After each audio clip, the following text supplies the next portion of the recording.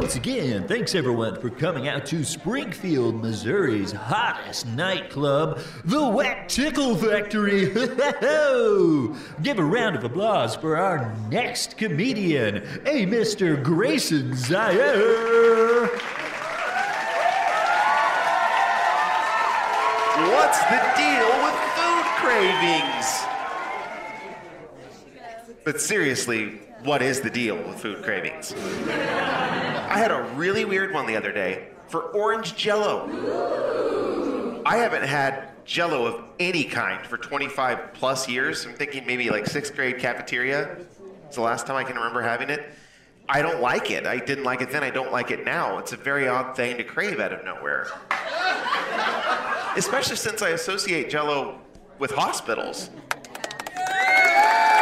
And I don't know that I've ever had a craving for a food that I would think of as a hospital food. What if that happened in the course of several life-saving surgeries? You know, you're on death's door, you're about to die, they had to replace every organ in your body. Traumatic experience, but all you took away from it was how good the food was. You'd have a problem, wouldn't you, if you really wanted food that you had to get at a hospital? Hey, did you hear about Bob? He's in the hospital. 3rd-degree burns. Yeah, he did it on purpose. He just really wanted the chicken chili soup.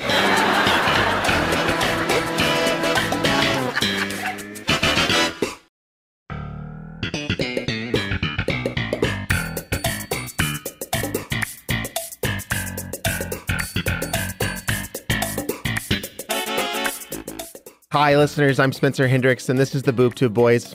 I have a couple people with me that also do Boob Tube Boys work on the side, but we're gonna start with the fact that I'm Spencer Hendricks and we're doing more Seinfeld. So I hope that you didn't get enough Seinfeld. We have this one. We have another one coming later in the week. We're just gonna hit you with so much Seinfeld. It's ridiculous. We're pretty excited about it. Van's still eating, so I'm not going to introduce him yet. He's eating a big fat oatmeal cream pie. I just had some... Fat with a PH. I just had some churro donut bites myself, so we do like eating here at the Boob Tube Boys studio. Brian Vaughn, are you eating with us, or are you just watching? I am currently just watching. It's kind of a thing. I guess you don't really like to eat that much. No, I'm in great shape. If there's anything about Brian Vaughn, everybody says it's that guy is a gym rat. He's always in the gym, and he's never eating. That's what you guys say about me when I'm not here, right? Mm-hmm. Mm-hmm. Mm-hmm. Okay, well, I am none the wiser then. Van Lee, how was the oatmeal cream pie? It's pretty solid. In fact, I could give it a hearty like Seinfeld. That's my favorite part of the intro. There's boom, boom, boom, boom, and then there's also... So we lost our comedic intro in this one. Well, we had ours, but we didn't get Jerry's anymore. He doesn't do that now. No, he's done with that. Now that we've moved on to season 8, episode 8. Which I kind of get. I mean, maybe they do the cold open They thing. have cold opens now, so it replaced it, but maybe it's easier than just scheduling a night with a bunch of people in a nightclub. I never liked the openings, honestly. Yeah, they were never really funny or anything. That's another thing is the cold opens, which are a mixed bag. I didn't like Very this much cold so. open about haggling, like George and Jerry are doing their thing with the street vendor. But I do like it a lot more than the stand-up monologues. It never worked. I guess at first they had to play off as what he was famous for, I'm assuming. I guess so, but I got to tell you guys a thing about Jerry Seinfeld. His stand-up comedy's not great? I don't know that I'm a big fan of his stand-up. It's not great. It's okay. It's again, I've already said the phrase hit or miss, but the Jerry Seinfeld stand-up is kind of hit or miss for me. Well, okay, so there's a comedian I follow on Twitter named Robin Tran. I also follow Robin Tran on the Twitter. She said something the other day, you should, and it was something along the lines of, I've watched through Seinfeld multiple times in my life, and one thing I didn't necessarily pick up on is that on the show, not only is Jerry's stand-up kind of bad, but also no one treats him like he has good stand-up. That's true. Like they're like, his stand-up is just overall bad in that regard. And I mean, he's successful. We get that, but we don't get people like, oh my God, your jokes are so funny. And I thought that was an astute observation. That really is. And also, in a way, you could argue Jerry's most prominent success in his career in the show comes when he's focused more on creating a television show than stand-up, which kind of parallels his real life. Yeah, that's true. And Larry David's real life. Of course, Larry David's stand-up was marred by the fact that he would scream at the audience and leave. I don't know that I could watch Larry I don't David think I stand-up. could. No. Some people just don't. They're funny people, but it doesn't translate to stand-up comedy necessarily. Yeah, it's a different skill set. It really probably. is. As the person here who's done stand-up before, I would like to say that I'm the expert on the topic, and agreed. I can't wait to hear your bit later on in the week. Then your opening for your episode. Oh no, I've really done stand-up. I know. I'm saying I can't wait. That exactly, since you're so accomplished. Oh, sure. I can't I wait see. to hear what you did with yours. Yeah, no, you should be waiting with bated breath. I am. I will be. Just like all the listeners. So the chicken roaster. This is actually one of my all-time favorite ones. It's very silly. As we talked about, the post Larry David era it is a lot sillier. So it really is kind of a goofy episode that never takes itself seriously and just from beginning to end is absurd. The whole premise of it, the main plot there, we've got our A plot and our B plot here. The main plot is that we've got a Kenny Rogers chicken place opening right in the same neighborhood that Kramer and Jerry's apartment is. So it's a brand new restaurant. It's all the rage. Kramer's skeptical right from the beginning. Rogers can never sell chicken here. There's too many other places to go to. So Kramer's not a believer. And very quickly, he's going to be, later in the episode, boycott entirely because this sign this place has is giant and red. It makes his entire apartment uninhabitable. So that's the general premise of that first plot that I'll go into more shortly. But the other one, which maybe is even funnier in this, is Elaine going fucking nuts with the company credit card. She's working for Peterman. She is controlling the company. She's acting as president. Peterman is in Burma. Yeah. Currently Myanmar. There's a great part of that coming up later we'll talk about. But so she's going wild. She's buying things with the credit card. She's getting the company accountant's attention, and it's going to be quite an investigation there. It starts with her innocently buying George a hat, which turns out to be an $8,000 Sable hat. Which he only wants because the woman working at the clothing store is trying to make the sale and says it looks good on him. And that's all George needs. So they put it on the account. Of course, neither one of them realizes that it's this $8,000 fancy hat like that. They just think it's some stupid hat that as Brian said, the clerk compliments George as looking It's good made in. of Sable, which I can only assume is either a 1997 Mercury Sable sedan or the Wrestler Sable from the 90s. I love that entire back and forth they have where later on in the episode when Roger Ipswich, the accountant, figures out that the knockoff hat is not actually Sable, and Elaine tries to say that's a kind of Sable. Nutria. And he's like, no, it's a kind of rat. They are. They're giant rats. Yeah. Nutria. They're disgusting. Ugh. So is that actually what they said that hat was, though? Oh, The yeah. knockoff? Okay. Mhm. Okay. Well, we'll come back and get into all that. But those are our two major plot lines, and they, as Seinfeld episodes do, they will interweave back and forth, and one will directly influence the other. The start of the whole thing, after we see the chicken restaurant, is that Jerry bumps into an old college friend, and they haven't seen each other in a long time. Wait, this is exactly like the last episode we did, where he bumps into Lots a of college friend. related stuff. Interesting. I didn't even catch that when we were making the notes, but this is Seth, who got up to all kinds of hijinks with him in school. Presumably they were not necessarily close friends, but they knew each other through a guy named Moochie. So as we'll hear with Seth and Jerry talking here, Seth actually has somewhere to be, but Jerry, in his typical insensitive fashion, convinces him to skip that and just catch up with him at lunch. So it's kind of two old friends bumping into each other, decide to hang out for a little bit longer. And they have a very interesting back and forth. We learn a lot about the situation that they came from and what became of the person who they knew. Well, I am supposed to be in this meeting. Blow it off. Remember Poli Sci? How many of those did we go to? All right, I guess we can go. All right. Hey, whatever happened to Moochie? He's dead. Is that right? This scene, the importance of it is that it leads directly into Seth losing his job. Yeah, and of course, as you mentioned, Jerry is not a guy who cares enough about other people to inquire exactly what Seth is skipping. No, I still felt like Jerry probably, shouldn't have had that much sway over Seth in this scene because it was kind of I don't think you would skip a meeting for work for someone you hadn't seen in like 20 years, presumably. Maybe it's all that glitz and glamour. I mean, Jerry had a TV pilot deal, you know? Yeah. Hanging out with the big star from Queens College. He's in the alumni magazine for the school, so he's a big deal.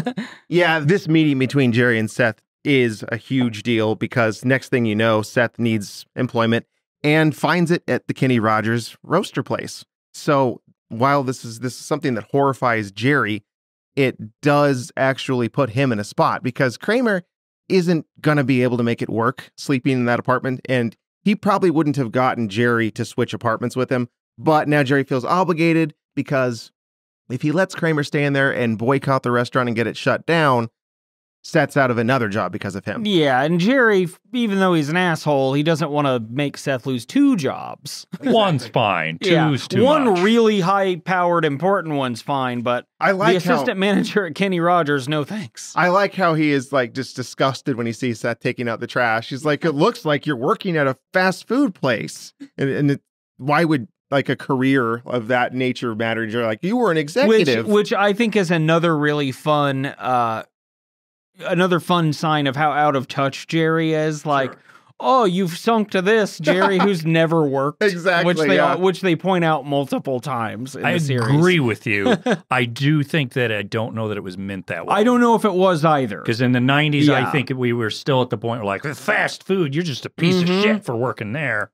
Yeah. I didn't age well, but I like taking it the way you say it. Yeah, that's how I'm choosing to at this point because I can read it that way.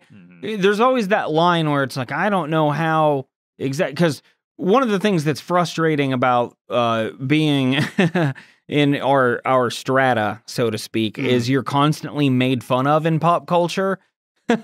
if you're poor. That's true, yes. Especially in America, there's this idea of like, even though like all of us can afford to put a roof over our head, which is pretty cool, you know, and feed ourselves. But, you know, sitcoms are like, you piece of shit. And that is really common. You're probably right that it wasn't intended the way I said it. I doubt it, but yeah, it does. I did notice it in that, you know, I felt really bad for Seth because he had a good job that Jerry kind of cost him, although it is his own fault for going to lunch with him.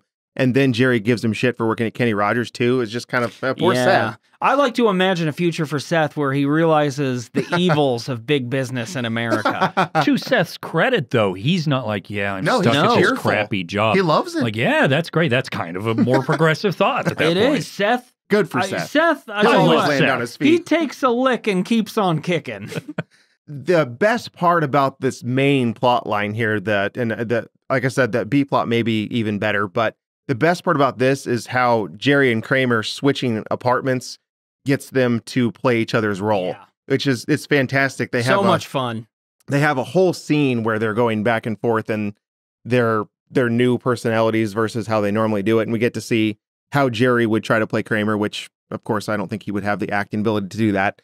And then Kramer's the serious one that they're coming to talk to about their issues. Like George and Elaine both come to Kramer instead of Jerry now because Jerry's turned into Kramer, being in the red planet, as he calls it. And there is a really good scene where Kramer comes in before they switch and he sees red, so he tries to make a bowl of cereal with tomato juice. I do like that scene quite a bit. It's so good. And also the sloppy grossness of the whole scene. He assumes the tomato juice is milk because his eyes are red tinted from the red light, pours it in the cereal, and then tries to dump it out in the trash, but just dumps it all over the wall. Ugh. And then starts taking the spoon and scraping it off the wall into the bowl. Wipes it up with a rag and wrings out the red rag. It's so gross. You know, I thought about this way more than any human being should. From a logistical standpoint, from that episode, I thought, you know what the best way to do this would be is have, for example, Kramer do the scene as Jerry being Kramer first. So that way you can see how Kramer would actually play the scene. Then have Jerry emulate that version of Kramer. But I was like, but then again, that takes away the spontaneity of it. So maybe it should just be Jerry pretending to be Kramer. And I've dedicated just too much brain power to this. But what do you think? What would you do? You've got to assume the familiarity with those characters and actor ticks after 8 years. That helps. I've got to think that they probably had some instruction from one another. But like I Spencer, you mentioned this before. I was really surprised at how well Jerry handles the material. At being Kramer. Kramer. Bobby Sacramento? Oh God, yeah. And I had to put that scene in an audio clip of that scene because it's so funny. But the another thing that's great about the other plot at this point is all this is happening with Jerry and Kramer switching apartments is George is using this hat as an in for this clerk and has started. Well, he goes on one date with her, and his plan is that he's gonna grow on her and she's gonna like him. But he's expecting her to not like him after the first date. He's correct. So he leaves the hat there in the apartment because now he has an excuse to come back and pick something up. And then he'll get the second date and the third date and so on and so forth. So George, it's a George thing. It's like right up his alley. And he says it's what is it? It's I'm like a jingle. You know, the first time you hear it, you hate it, but then later on, it's Costanza. He also refers to this very offhandedly to Elaine as doing a leave behind. Yes. So, like, this is clearly something that George has done time and time again, and that's built into the script. Yeah, he's got it perfected. Which I love that. I love those little additions showing the character's familiarity with this little scheme. This is where the hat becomes a big deal because, as we talked about, Roger Ipswich is up Elaine's ass. Like, you're buying a lot of stuff with this credit card, including an $8,000 Sable hat. She does save herself for the most part. She totally lies and convinces him that all these purchases the water pick is for watering flowers. Is a business thing. Yeah, and she's wearing something that I forget what that even is. Like a comforter as a tunic? As a fashion statement. So she's got him convinced for the most part. All this stuff is business purchases, and she'll be fine from the audit technically, but she doesn't have the hat. Because George has that, and we learn then what a big deal that hat is, and that's her goal for the rest of this episode is to find the hat. So back in our main storyline, it's around this time that Newman, who's of course a huge fan of the Kenny Rogers restaurant, gets Kramer hooked on it. So there's the twist. Kramer now can't let this horrible secret get out that he likes the chicken he's technically boycotting, because if Jerry finds out, guess what's going to happen? He's going to have to switch and go back to living in the red apartment. He's going to have to go back to yelling, "Mess you up" out his window at Kenny Rogers. Now, before this all happens, because of course Jerry's going to catch him before the episode ends, we do get a great example of the two plots converging, where Elaine is really worried about having to produce this hat. And she's going over to Jerry's old apartment where Kramer is still there at the time to get comfort from Kramer. And Jerry bursts in. And we get a little dialogue here where Jerry gets to be Kramer and he gets to actually help Elaine in the non-Jerry way figure out how to get out of this plight she's in. So, Kramer, what am I supposed to do if I don't have that fur hat by 4 o'clock? They're going to take me down like Nixon. You know my friend Bob Sacramento? I thought he was Kramer's friend. Well, he called last night about 3 a.m. and we got to talking. He sells Russian hats down at Battery Park. $40. $40? Are they Sable? No, but the difference is negligible. Oh, yeah, I like this idea. It's great to have Kramer be a straight man there. He's just kind of like, whatever your wacky hijinks are, I'm not going to get in the way. You guys just go that do it. exhausted voice that Jerry would use. Giddy up. Yeah. Jerry doing that. Oh my God. Yeah. Jerry is great at that part. And I've always laughed like that. I remember that line that like, you know, my friend Bob Sacramento, isn't that Kramer's friend? We got to talking is my favorite part of it. At 3 a.m. we got to talking. I think about that line every couple of months, whether I've seen that episode or not anytime recently, just because that scene makes me laugh so hard. They've got a plan, albeit not a very good one, to replace the hat. We were talking about it at the start of the show. It doesn't work at all. Ipswich immediately knows this is a rat hat, and it's not anywhere close to the value of the Sable hat. And he's telling Elaine at this point, since you're not able to produce this hat, you're going to lose your job. I'm going to recommend to the board that you be terminated. So Elaine, despite obviously having no other outs at this point, doesn't take it easily, asks Ipswich if she can fire him, which of course she can't, and immediately tries to figure out whatever way she can get out of it, which, as it turns out, it's going to be just Peterman himself, who's quite mad and in Burma in the moment.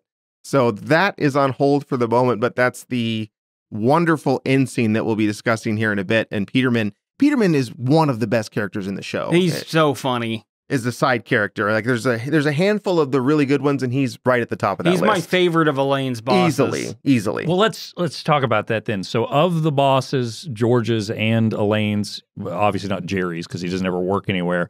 Who do you like the most? I actually genuinely like Mr. Pitt a lot, too. Mr. Pitt is He's pretty wonderful. great. And of course, Steinbrenner. Yeah. All Yeah. those scenes are Yeah, amazing. well, sure. The Larry David, George Steinbrenner is just fantastic. I like, I can't recall his name, but it's George's boss after the Yankees. He's very cut and dry and just kind of aloof. He's, in fact, in the Festivus episode. Oh, I love that he guy. works for like the Kruger, Kruger. right? Yes, yeah, yes. that's it. I really like that guy, too. He is He's funny. amazing. Oh, he's wonderful. Yeah, that whole set of episodes there is just great. Fun fact about Mr. Pitt, the actor, Ian Abercrombie, I believe is his name. He voiced Emperor Palpatine / Chancellor Palpatine in the Clone Wars television Really? show. Wow. He did a fantastic job. It was really good. I believe Even the it. evil parts when he's Darth Sidious, he's like, I will kill you. He did a great job. Does he read it like that? A little bit. That's pretty. Maybe not quite Ian McDermott, the actual Palpatine actor level, but Pretty close. intense. Yeah. So as Jerry is attempting to take over Kramer's job of getting Kenny Rogers to be less of a nuisance to getting sleep at night, he goes to talk to Seth and say, "Hey, can you turn off the sign? It's awful. I can't sleep. I'm turning into a crazy person." And at this point, we discover that Newman's picking up food here, and quite a bit of it. So A family feast, in fact. Jerry immediately suspects something with the size of the food. However, he could buy that, but the broccoli is a dead giveaway because Newman doesn't eat broccoli. Newman, you wouldn't eat broccoli if it was deep fried in chocolate sauce. I love broccoli. It's good for you. Really? Then maybe you'd like to have a piece. Gladly. Vile weed! And what we didn't get to put in there is how quickly Newman, at first, he caves and he admits his wrongdoings, or Kramer's wrongdoings, I should say. But then he regains his composure and still tries to be a little bit, he gets back into his mindset with Jerry of his as arch nemesis sort of thing as soon as he takes a shot of honey mustard. That's what it was. I couldn't remember if it was So ranch or good. what, but honey mustard's good. Because at first he's really vulnerable from having to eat the broccoli, but then the honey mustard gets him back to normal and he kind of collects himself and leaves. Something about this scene calls back or forward, I don't remember whether this is chronologically, to the muffin top episode where Oh, yeah. the muffin stems need to be disposed of and someone contacts Newman and he demands milk and he plays Winston the Wolf from Pulp Fiction. That's exactly it, yes. Some sort of cleaner. These scenes where Newman is really called into action are always so great. So with that cat being out of the bag, Jerry's back in his apartment, Kramer's back in his, and he has no choice but to ride it out with the light because he's addicted to the chicken now. And at this point, it's not long for the restaurant anyway, because Jerry's in there visiting again. He's wearing the fake rat hat that we talked about. It's wet from the rain. He's shaking it out. It's a fake, terribly made hat. Probably smells awesome. Yeah, and Wet of course, rat. it's going to come apart as he shakes it. So every single customer in the place gets a nice big rat in their food. So that's Free on the house. That's the end of Kenny Rogers. That one incident is the end of Kenny Rogers. It closes down. Kramer is out of luck. He's in there gorging on chicken when the light goes off and the episode ends. Pleading for Kenny. Kenny come back is the sign that he puts up instead of the bad chicken sign. So that's some real clever work by Kramer there. In the midst of all this hat business, though, we still have to figure out where Elaine comes out of her situation. And she has paid Peterman a visit directly in Burma. He is in something like a cave, I guess. I couldn't really figure out the setting there, but he does look very much so insane. I like the part, too, where he's talking to the girl in the cave and she runs away and Elaine thinks he's speaking Burmese and he admits it was gibberish. No, Elaine, that was gibberish. The kid ran away because the kid was afraid of this man just screaming gibberish, which is so great. Something like Namadahanga or something like that. The best part about this is how insane Peterman is and how he just at the very He end... thinks Elaine is an assassin. And Very briefly. Apparently, that's the famous scene from Apocalypse Now, I guess, like the Yeah, it's Marlon parody, Brando thing. with the water over his which head. I was too young to know what that was when I was watching that initially. But they do that a lot in the show. There's a Godfather scene like that in one of the other episodes. But in this scene, we get Peterman reading that whole monologue and then snapping to being normal again when Elaine tries to get him to sign off on the hat. Like he immediately gets back into his corporate mindset. Are you an assassin? I work for your mail order catalog. You're an errand girl sent by grocery clerks to collect a bill. Well, actually, I do have a bill here. If you could just sign this expense form, I think I could still make the last fan boat out of here. I'd be happy to, Elaine. Ah, But I will have to see this hat. I love that entire scene. We did leave out a little subplot here that we didn't get to talk about regarding the whereabouts of the original hat, which presumably never did turn up. Apparently, Peterman is still going to ask for it. We know Elaine gets to keep her job, so obviously it works out, but we never do know the whereabouts of it. George's plan to do the leave behind, we didn't get fully into that, but that whole thing that's a pretty great subplot, honestly, and it does deserve a little bit of mention.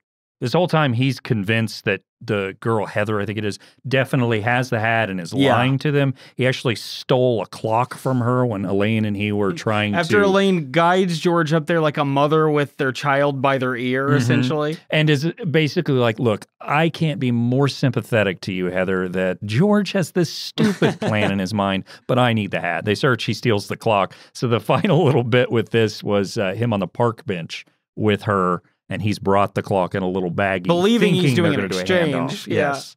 Because she's reached out to him, and he's like, okay, she's going to give me the hat back. But in fact, his plan actually worked, and she wants to go on another date with him. So he's sitting there with their clock, and she wants another date.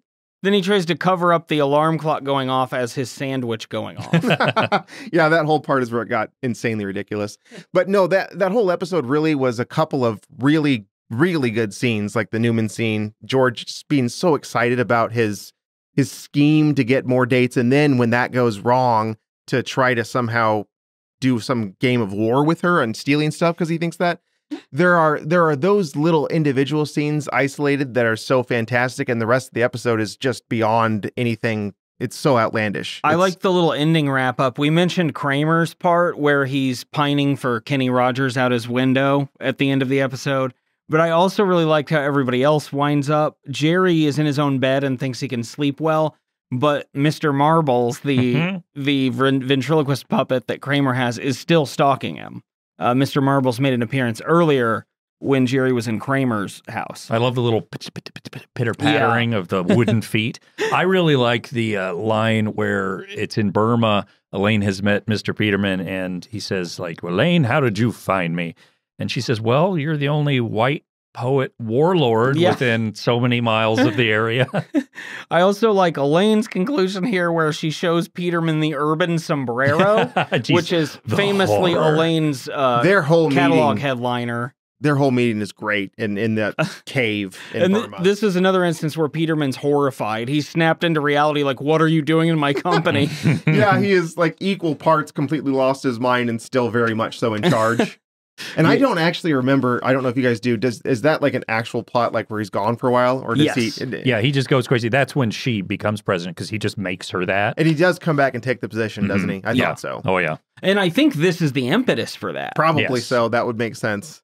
Did you guys like this episode? It is it's not as good as I remember because it is so bizarre. It's so crazy. Oh, I loved it. This is one of my favorites. Scenes, but most of it is just kind of absurd. It's just absurdity. It's definitely like a just all over the place madcap version of Seinfeld, which is so much fun. It's chaotic, for sure. It's kind of like what we discussed in our Seinfeld intro episode about the changes with Larry David there or not. It's not as like tightly plotted. Definitely not. But it is very diverse in the comedic ideas that it folds into. Yeah. And they have the standout scenes for sure. Some of the episodes were really good and really tight, but they maybe didn't have those highlight moments that people reference forever. And there were several of them in this episode and in the one you did too.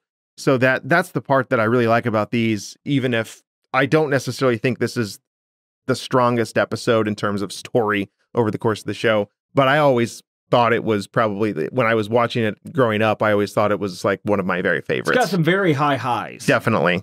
And fun fact about Kenny Rogers Roasters, the actual business, the real business, it was founded by Kenny Rogers, of course. The pitcher or the musician? He was in Texas at the time, had some spider tack on his thumb or whatever. No, it was the musician, of course, and former KFC CEO John Y. Brown Jr., who is also former governor of Kentucky. They founded this company.